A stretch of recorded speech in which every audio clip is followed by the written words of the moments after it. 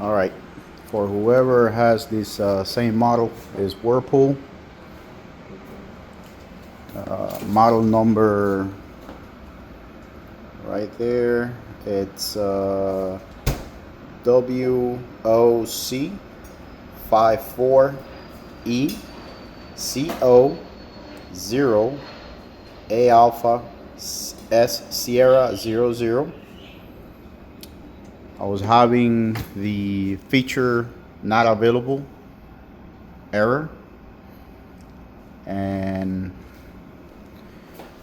I looked online on YouTube, and someone recommended that I check that fuse. That fuse was okay.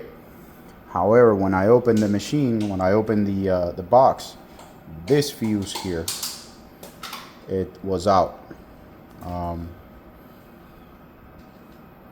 It did not have any type of continuity. So went to Home Depot, got it for $6. You get two, and it's working. So for those that have the same model, good luck with it.